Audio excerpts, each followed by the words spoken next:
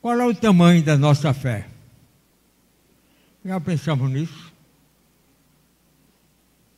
Qual é o tamanho de nossa fé?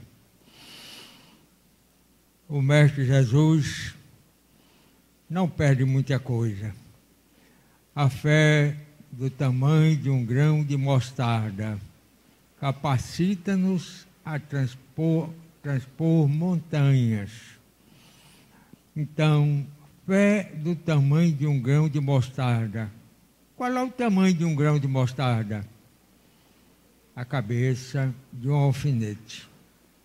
A fé do tamanho da cabeça de um alfinete é capaz de realizações maravilhosas.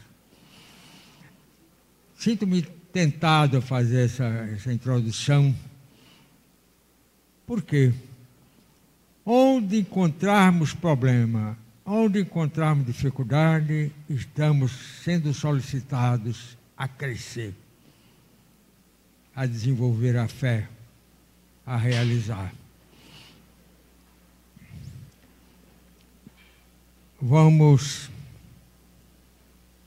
com a prece inicial, acompanhando a nossa irmã Mabel.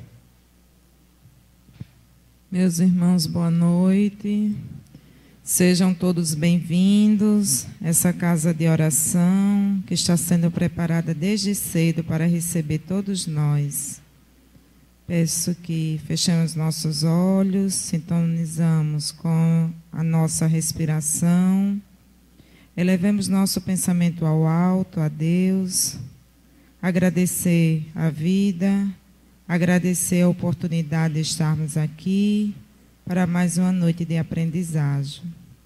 Te rogamos, ó Mestre, as tuas bênçãos de luz, de amor e de paz, para todos nós aqui presentes, encarnados e desencarnados, para todos aqueles, Senhor, que nesse momento estão em aflição, em desespero, ampare e abençoa. Que hoje a palavra que for dita aqui, a mensagem da noite de hoje, possa calar os nossos corações e que possamos colocar em prática no nosso dia a dia. Abençoe o nosso irmão palestrante Milton, que ele se sinta amparado e abençoado por vós. E que o teu amor, que a tua luz, que a tua paz renove nossos corações, hoje na certeza de sempre. Que assim seja. O tema que nós temos para a noite de hoje, o sentido da vida. Belo tema, hein? E a exposição está com o nosso confrade Milton Ramos. Vamos ouvir. Boa noite, pessoal. É sempre uma satisfação encontrar-me aqui neste estimado William Crookes. A proposta nossa da noite é justamente nós fazermos uma reflexão sobre esse tema, o sentido da vida. E eu inicio fazendo uma provocação para vocês. Vocês, em algum momento, já se percebeu perguntando qual o sentido da sua vida? Por que é que você existe? Por que você está aqui? Você tem algum propósito? Por que tudo isso? Não precisam responder. Aí eu faço aqui uma brincadeira, e nós temos o nosso estimado professor Luiz Pereira, que ele tinha o hábito de fazer as perguntas e dizer, né? Não precisa responder, deixa que eu respondo, né? Eu vou seguir a mesma orientação dele, eu mesmo respondo. Vejam, meus amigos, as estatísticas nos dizem que ninguém para analisar, para refletir sobre o sentido da vida. Ninguém mesmo. Ninguém para. Muito raro se encontrar alguém que passou a fazer isso. Mas acontece o seguinte, é que nós sabemos muito bem que a vida que nós levamos é consequência dos nossos comportamentos dentro desta vida. Sem sombra de dúvida, É assim que a coisa funciona. E aí nós poderíamos dizer que a sociedade como um todo, ela vive por viver. Simplesmente vive, mas não tem um propósito, ou ela não sabe o propósito da sua existência. Simplesmente vive. Eu me recordei agora da música do...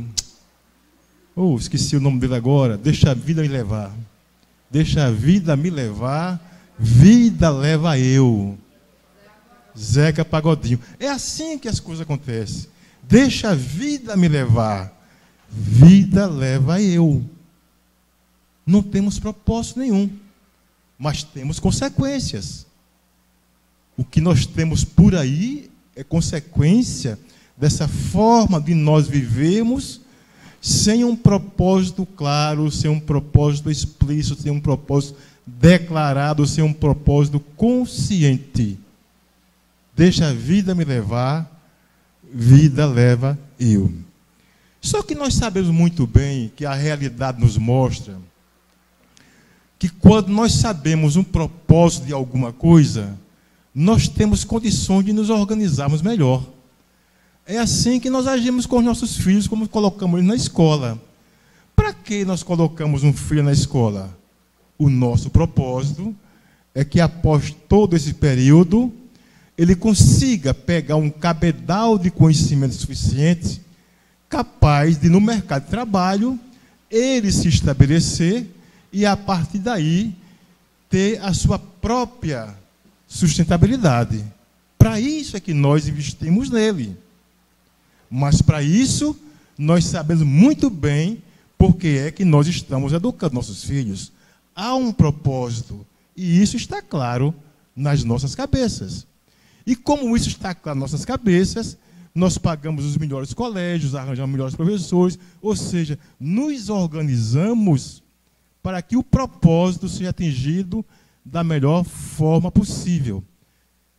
E nossas vidas, que não sabemos qual é o propósito, como é que fica tudo isso? Mas há uma necessidade de termos um propósito.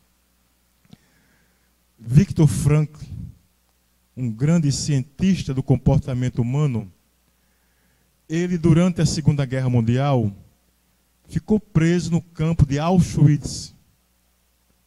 Degradação terrível, situação complicadíssima.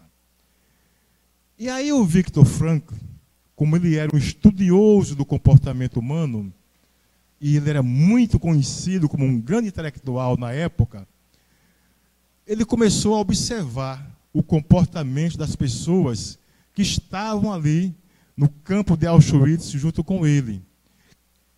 E ele verificou que uma boa parte das pessoas que estavam ali tinha algo que as moviam. Elas imaginavam que um dia, quando a guerra acabasse, eles iriam retomar a sua vida naturalmente. Ou seja, eles sabiam que tinham um propósito. E isso era capaz, era o suficiente para que eles encontrassem motivação para sobreviverem à guerra.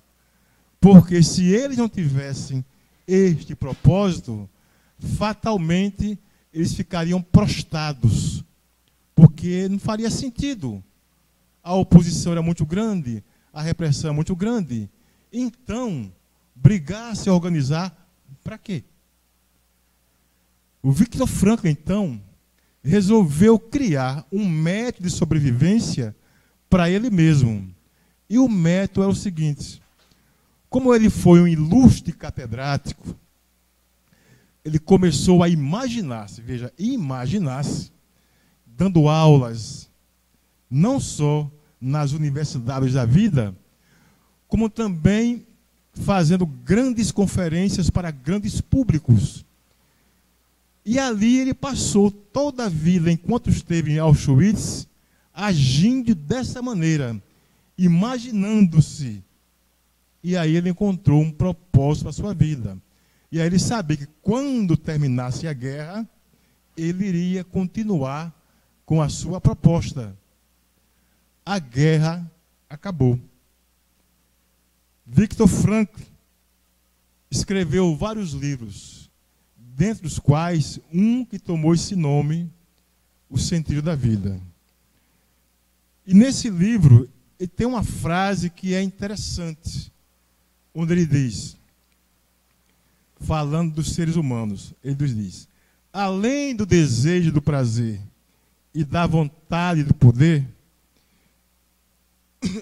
no ser humano, há a vontade do sentido. Deixa eu repetir.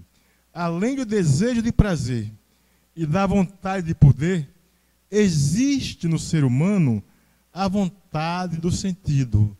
Se você tem um porquê, então pode suportar o como. Perceberam, meus amigos? Perceberam que conclusão extraordinária? Se você tem um porquê viver, você é capaz de suportar as adversidades todas. E não se prostam, como aconteceu com aquelas pessoas que estavam no campo de Auschwitz. Então, meus amigos, há uma necessidade de nós nos assenhorarmos disso, de sabermos qual é o sentido da nossa vida, para que assim nós possamos nos administrarmos melhor e não ficarmos sujeitos ao deixa a vida me levar, vida leva eu. Depois de eu fazer essas minhas descobertas, eu resolvi dar um mergulho para entender como é que nós estamos. Desta forma, como nós estamos vivendo, sem saber qual o propósito, como é que está a nossa sociedade? Como é que está?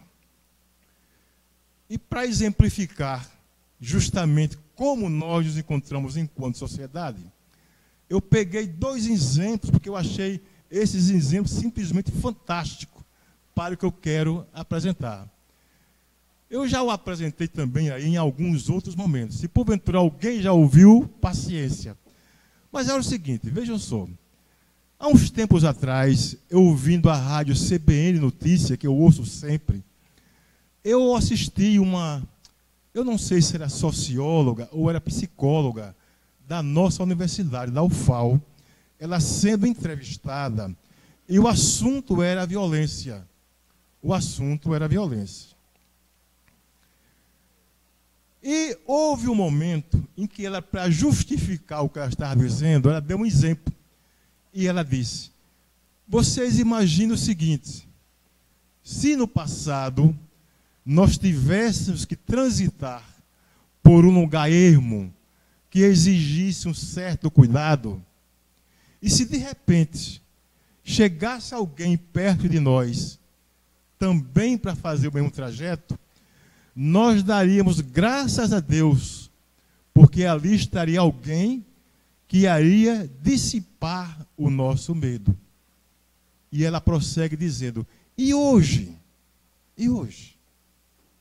Se porventura essa mesma situação acontecesse hoje, e se chegasse alguém próximo de nós para fazer o trajeto conosco, nós sentiríamos medo. Por quê?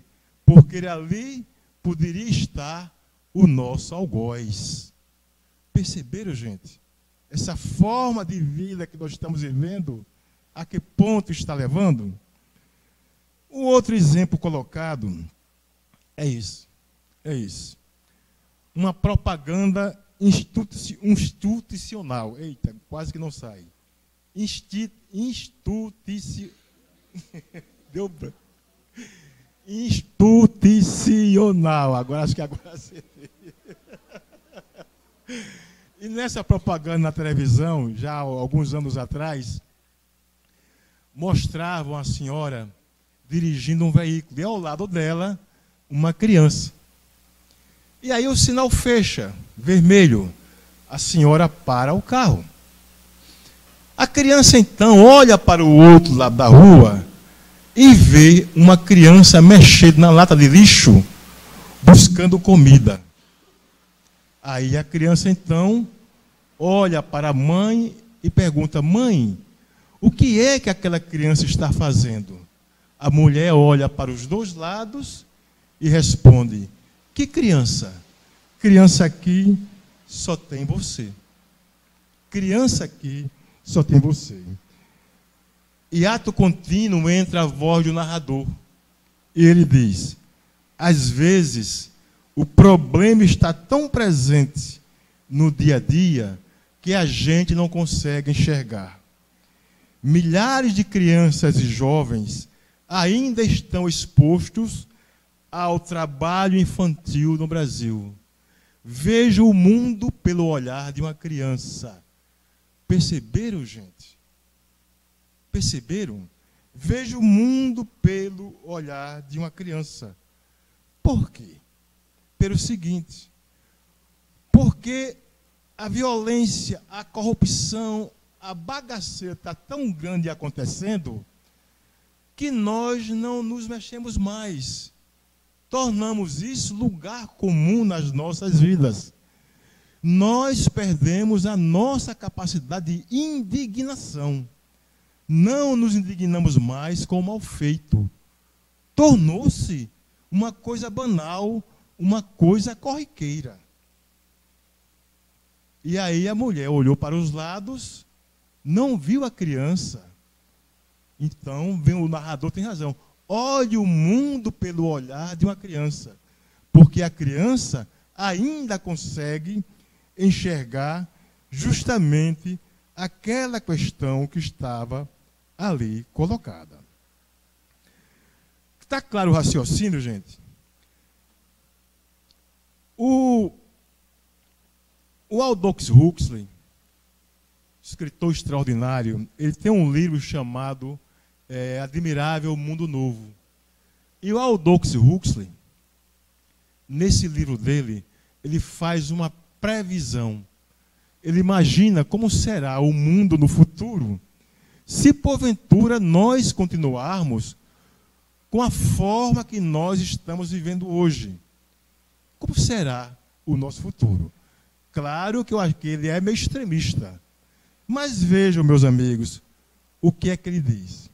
Ele nos diz: se no futuro nós continuarmos do jeito como nós estamos vivendo hoje, haverá um momento em que nós teremos que ingerir pílulas variadas para suprir a carência humana num mundo altamente mecanizado, frio, impessoal.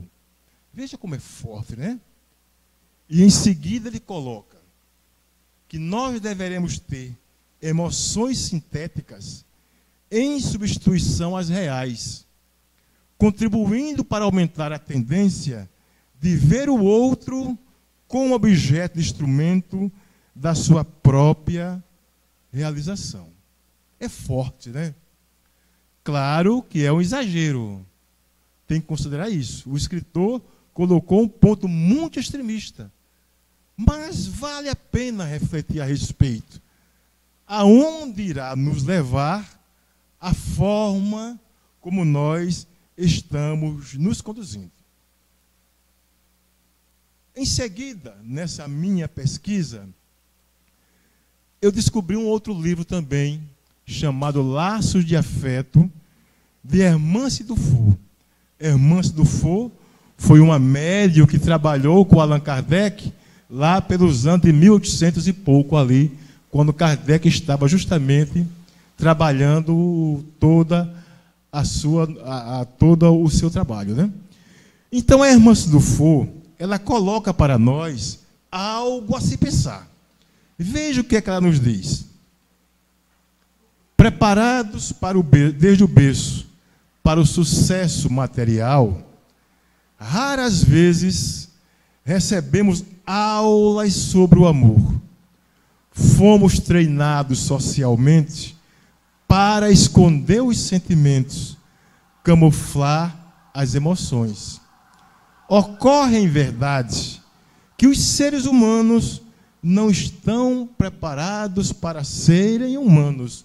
Veja que afirmativa interessantíssima colocada pela Hermance Dufour.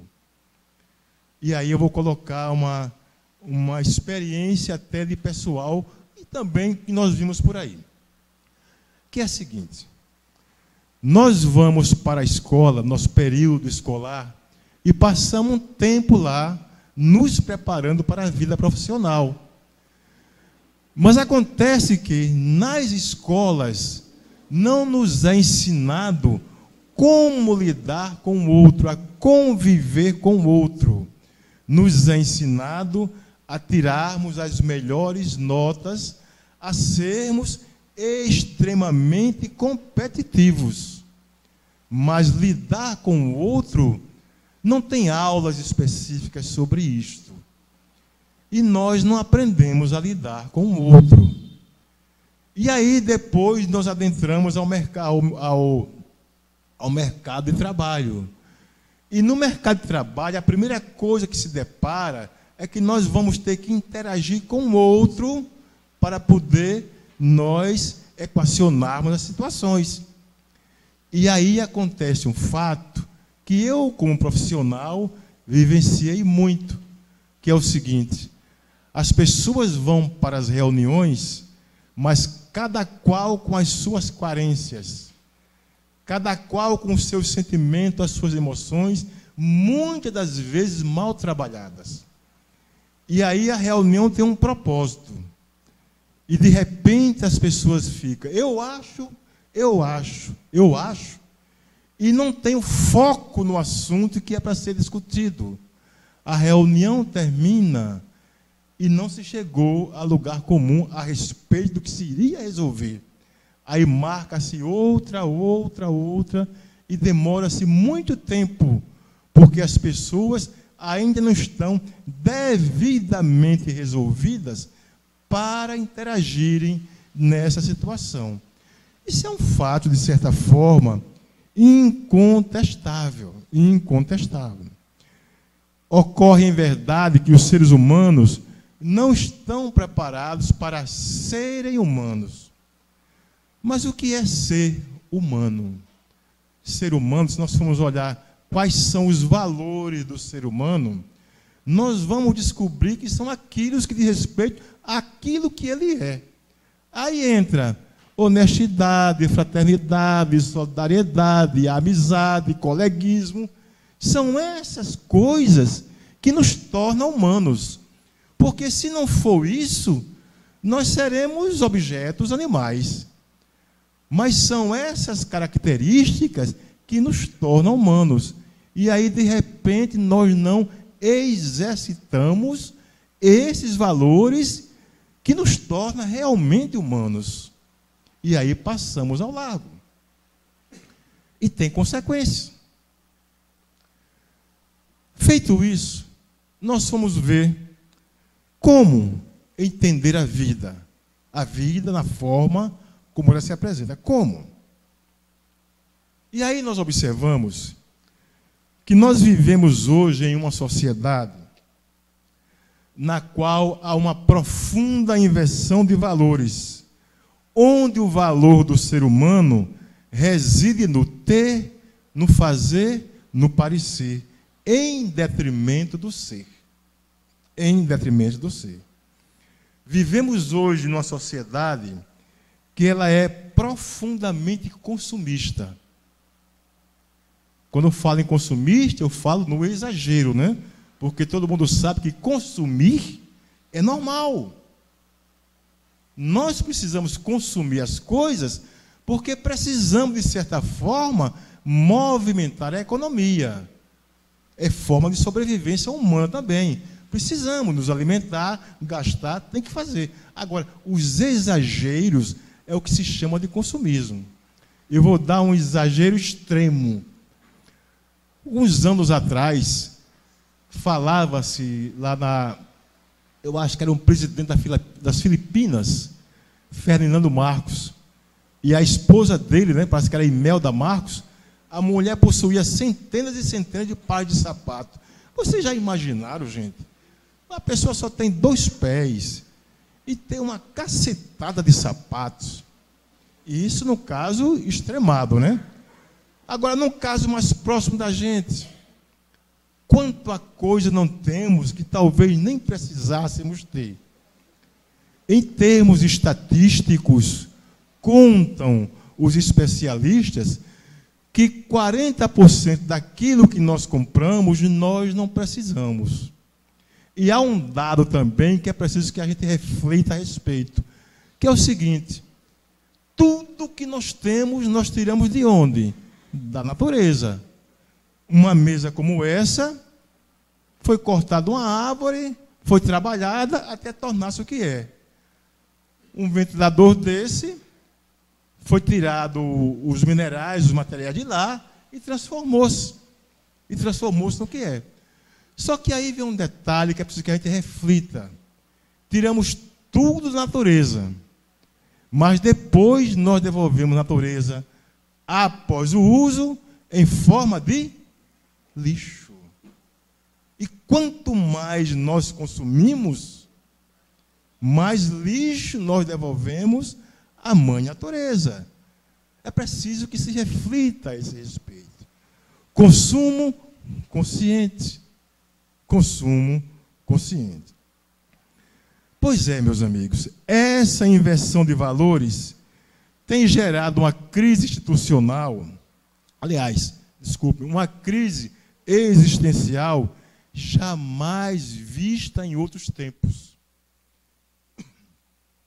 Justamente devido a essa fragmentação do ser humano, tornando um ter humano.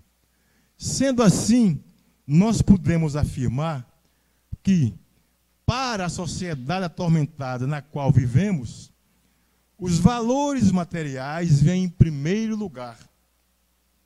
Essa busca de uma razão para viver puramente materialista tem produzido o que a medicina e a psicologia denominam de doença do sentido.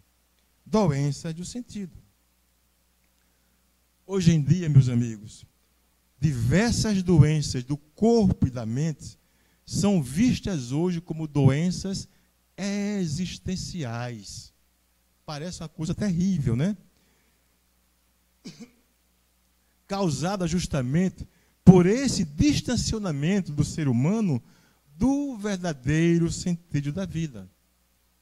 Observa-se que, apesar de todo o avanço tecnológico, doenças que expressam a falta de sentido da vida têm alimentado de maneira assustadora, a ponto de transformar-se em verdadeiras pandemias.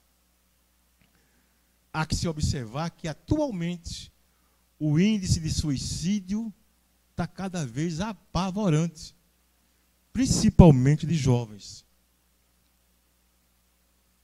Uma revista antiga que eu tenho em casa, eu estava observando que na primeira cúpula global de saúde mental aconteceu na Grécia em fevereiro de 2009. Os especialistas, ao serem entrevistados, eles já vaticinavam que em 2030 a doença que mais vai matar o ser humano não será nem a AIDS e nem será o câncer, será a depressão. Depressão é doença de falta de sentido, é doença mental. A mente não suporta e aí descarrega para o corpo, ou seja, somatiza, né? Traz para o soma, para o corpo físico, somatiza. Em função disso, meus amigos, nós observamos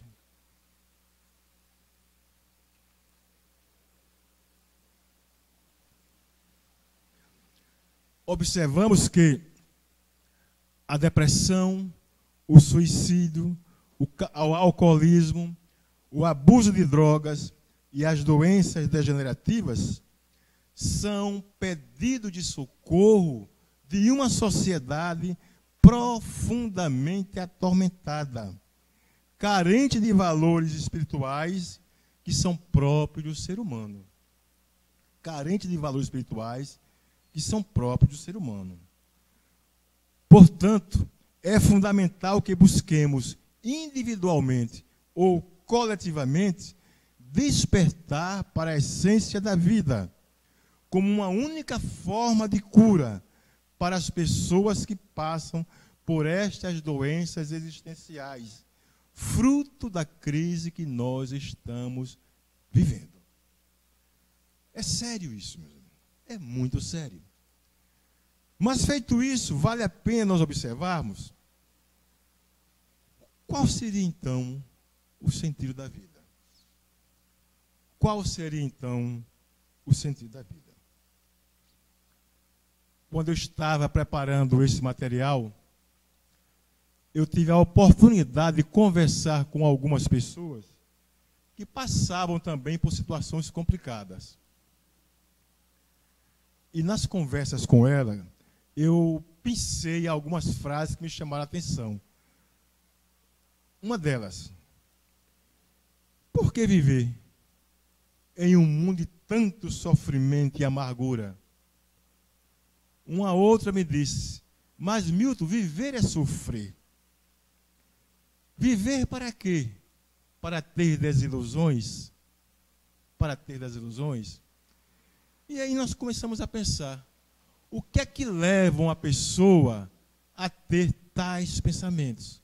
O que é que leva uma pessoa a ter tais pensamentos? Com certeza, a resposta mais evidente é a visão materialista, a visão nihilista da vida. Essa visão voltada para o material que dá nisso. Vale fazer um parênteses para nós explicarmos a questão da visão materialista. Com duas vertentes. Materialista, diria propriamente dito, que é aquela ideia do apego às coisas materiais. Então, muito dinheiro, poder. Então, o apego às coisas materiais é exagerado. E o outro materialismo que é o chamado filosófico, que é aquele que acredita que tudo se acaba aqui. Que quando o indivíduo morre, basta a sepultura, 7 palmos, e ali acabou-se. Fundamentado na Bíblia que diz: tu és pó e voltarás a ser pó. Então morreu. Então, se tudo acaba ali, então para que viver uma vida tão complicada?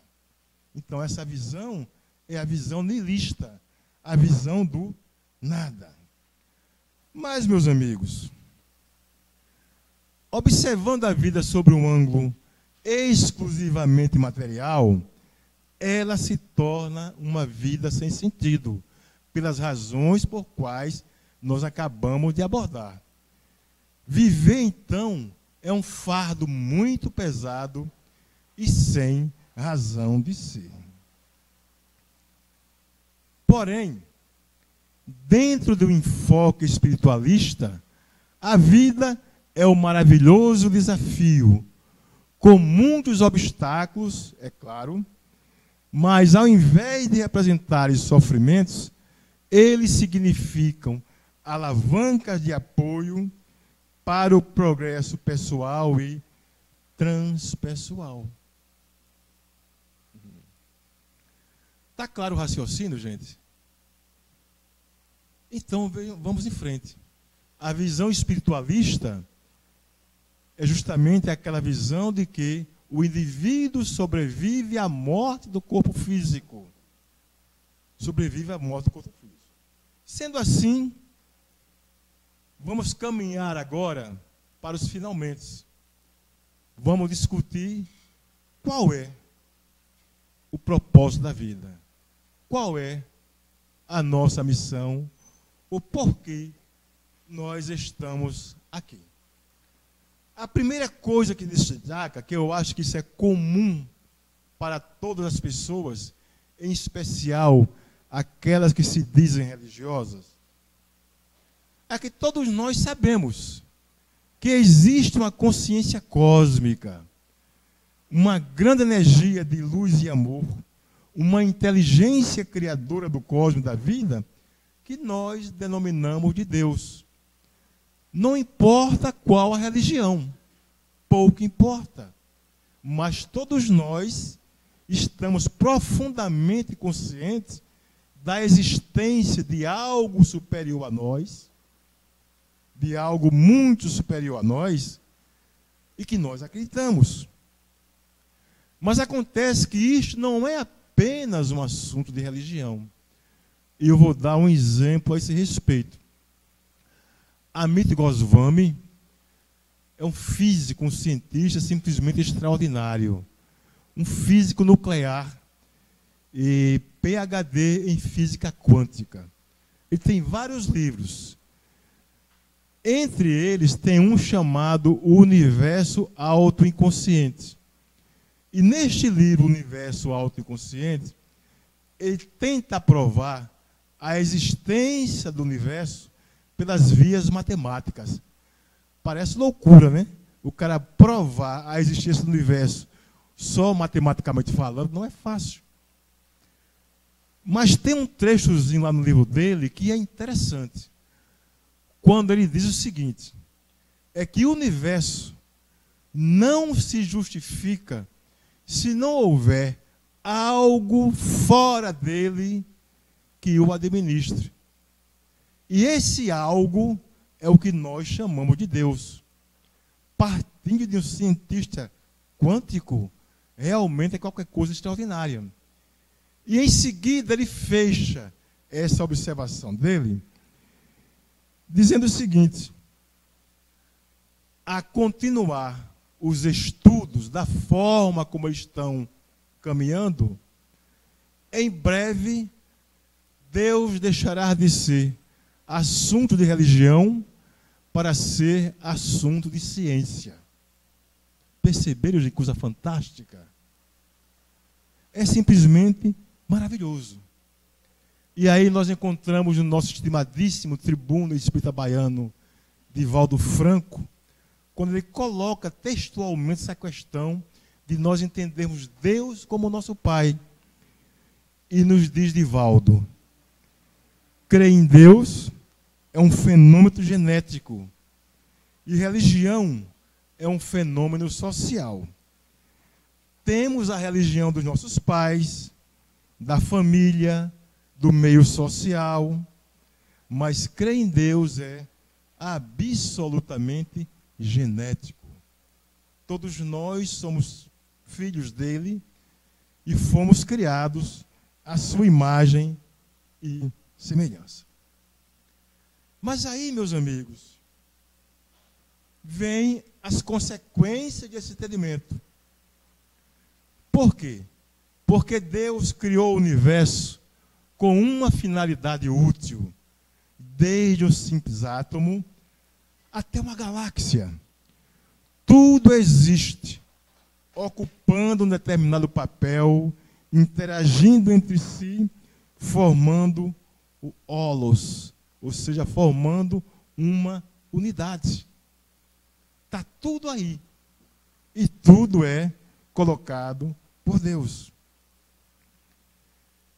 Desta forma, nós podemos entender que um outro grande cientista quântico, Fritjof Capra, autor de vários livros interessantíssimos, entre eles O Ponto de Mutação e A Teia da Vida, onde ele diz: não existe nada separado, seja dentro de um átomo em nosso planeta ou no universo. Cada ação provoca certas consequências, não sobre os outros, mas sobre nós mesmos. O grande oceanógrafo Jacques Cousteau tem uma citação que eu acho maravilhosa, quando ele diz que as batatas não nasceriam em lugar nenhum do universo sem a ação dos oceanos. Por quê? O oceano evapora a água. Essa água é transportada em forma de nuvens para o continente. E no continente ela retorna à terra e aí vai justamente aguar as plantações. Tudo está interligado. Leon Denis, o considerado filósofo do Espiritismo, ele nos diz: e todas essas formas se ligam, todas essas formas se consorciam em perpétuas trocas, numa estreita solidariedade. Uma lei soberana regula num plano uniforme as manifestações da vida, enquanto um laço invisível une todo o universo e todas as almas. E aí ele prossegue dizendo: dentro desse todo, cada ser desempenha uma finalidade específica. E nós, seres humanos, além do nosso papel como seres vivos em um corpo físico, temos uma missão maior, aí onde queríamos chegar, espiritual, que é nossa evolução para o amor e para a plenitude do ser. Se Deus é amor, como dizia Jesus, Deus é amor, permaneceis fiéis ao amor, que serás fiéis a Deus. E se nós fomos criados pelo Pai, a sua imagem, a sua semelhança, nós somos seres divinais caminhando na direção de Deus, caminhando na direção do amor. Este é o sentido da vida. Este é o sentido da vida. Essa é a visão de espiritualidade. E aí vem que todas as vezes que nós nos distanciamos desse ideal da espiritualidade, que todos os seres humanos são convidados a desenvolver, o resultado é a carência interior. É o que está acontecendo conosco. Nós não temos um ideal de espiritualidade. Não acordamos para o sentido da nossa vida. Então, deixa a vida me levar, vida leva eu, vida leva eu. Mas, o que significa, então, o ideal de espiritualidade? E é aí, justamente, meus amigos, que eu fico fascinado com o grande cientista cósmico chamado Jesus Cristo, que ele fala do ideal de espiritualidade e nos dá a forma como nós devemos caminhar na direção do ideal da espiritualidade. Está lá em Mateus. Ele nos diz: entrai pela porta estreita, porque larga é a porta e espaçoso é o caminho que conduz à perdição. E muitos são os que entram por ela. E porque estreita é a porta e apertado o caminho que leva à vida, e pouco há os que a encontrem. Perceberam, meus amigos? Aí vem a ideia. Entrar pela porta larga é mais fácil para nós. É mais fácil. É muito mais fácil eu ir comprar uma roupa de grife.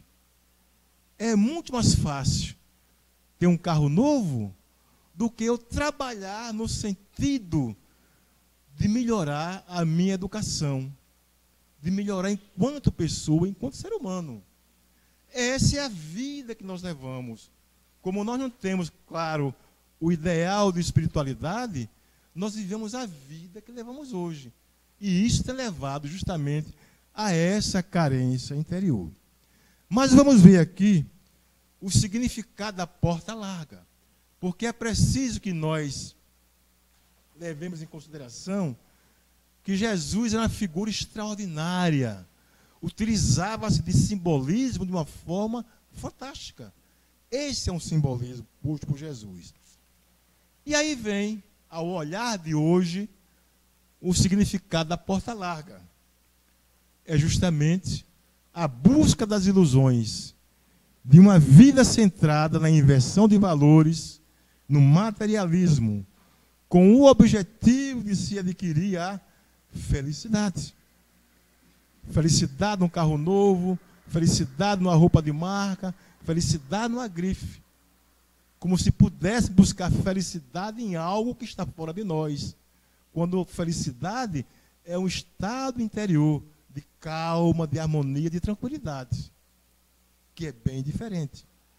E aí, complementando, em fazer e ter coisas, em parecer o que não se é, e que conduz a um vazio existencial e às doenças do sentido, que é o que nós, sociedade, estamos vivenciando hoje. Mas, meus amigos, o que significa entrar pela porta estreita? porque este é que é o desafio. Como é que nós podemos caminhar na direção da porta estreita? Vamos mais o simbolismo posto por Jesus. A dificuldade está porque justamente a porta estreita significa um movimento de autoconsciência, ou seja, o indivíduo que de repente está tão envolvido com as facilidades da vida, um dia ele acordar que existe uma outra forma de pensar e, consequentemente, uma outra forma de ser. É a consciência acordando. E aí, quando acorda a consciência, aí ele começa a encetar a sua vida por novas formas de ser. Aí é onde é que está o desafio. Porque parece-nos que a sociedade como um todo ainda está profundamente adormecida para o ideal de espiritualidade. Vai demorar um pouco mais ainda para começar a trabalhar na direção da porta estreita. Por isso é que é difícil. Ela representa uma dificuldade maior. Por isso a necessidade de uma vontade firme, de um processo motivacional. Entrar pela porta estreita significa a libertação de uma vida sem sentido. Significa despertar para a essência da vida. Claro, até aí, gente. E aí, meus amigos, experiência própria. Quando eu li este material, nas minhas pesquisas, eu comecei a me perguntar, nossa mãe, como é difícil adentrar pela porta estreita.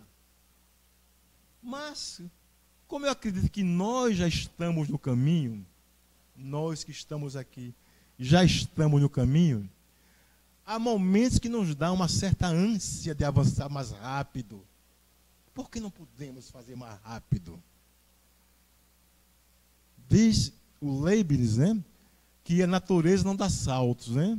As coisas têm que acontecer conforme o seu momento. Eclesiastes também informa isso, né? Tudo tem o seu tempo certo. E aí vem, e o nosso tempo chegou? Será que nós já estamos devidamente adequados para nós avançarmos na porta estreita? E aí socorre-me, nessas minhas indagações, a mentora espiritual do nosso estimadíssimo Divaldo Pereira Franco, a Joana de Ângeles. Ela tem um livro magistral chamado Ser Consciente. E neste livro, ela nos dá a fórmula, como nós devemos proceder para caminharmos pela porta estreita sem grandes ansiedades, sem grandes turbulências. E ela nos diz, o ser consciente deve trabalhar-se sempre, partindo de um ponto inicial da sua realidade psicológica, aceitando-se como é e aprimorando-se sem cessar. Somente consegue essa lucidez aquele que se autoanalise sem máscaras, sem deteriorização. Para isso, não se julga, não se justifica, não se culpa. Apenas descobre-se. Encontrei a fórmula que eu buscava para começar a minha própria trajetória na direção da porta estreita. Espero, meus amigos, que este material fique com vocês para as suas próprias reflexões e posteriores tomadas de posição. E que o amado Mestre Jesus abençoe a todos nós.